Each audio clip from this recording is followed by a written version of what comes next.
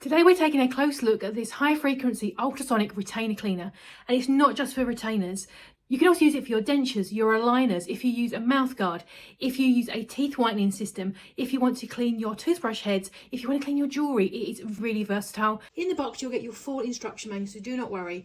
You obviously get your main unit itself for the cleaning, with this nice stainless steel drum in there and the 4 UV lights on there for cleaning. Lovely. You also obviously get your power supply, a set of tweezers to pick up small things like jewellery. If you do want to use this for jewellery, it'll be perfect. And you get your denture brush as well. The device itself has 4 settings, so before you actually start to use it, put the water in first, and the water would sit in there, and there is a max fill line for you to fill up there.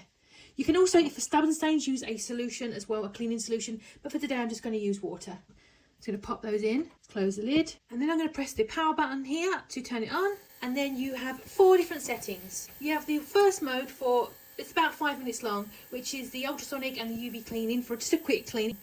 Press it twice, which will give you a 10-minute clean for just a more of a general daily clean.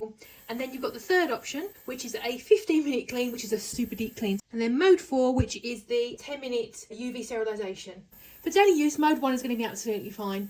As you can hear, that is 45,000 hertz of micro bubbles, deep cleaning our heads. I'm really excited about that. It gives me such peace of mind. We also use teeth whitening system, and this is going to be really good to keep it clean between uses. And we are done. Awesome. Now, it's not recommended that you open the lid, but let's have a little peek so you can just see the UV light on there, and you may be able to see the bubbles as well. All you need to do when you finish it is just to empty out the water, allow it to dry, and it's good to go. Thank you very much to the team for very kindly sending it out to me to try. What a fab little device.